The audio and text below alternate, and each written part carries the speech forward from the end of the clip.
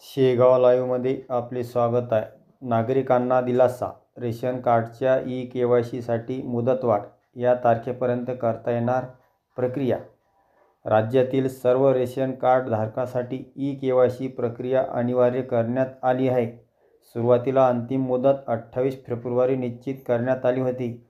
मात्र नागरिकांना होणाऱ्या अडचणी लक्षात घेता ती 30 मार्चपर्यंत वाढवण्यात आली आहे. केंद्र सरकारच्या मेरा ई-केवायसी मोबाईल ॲप आणि आधार फेस आयडी सर्व्हिस ॲप ही दोन्ही मोबाईल ॲप सुरू केली आहेत, ज्यामुळे नागरिकांना घरी बसूनच ई-केवायसी करणे शक्य होणार आहे.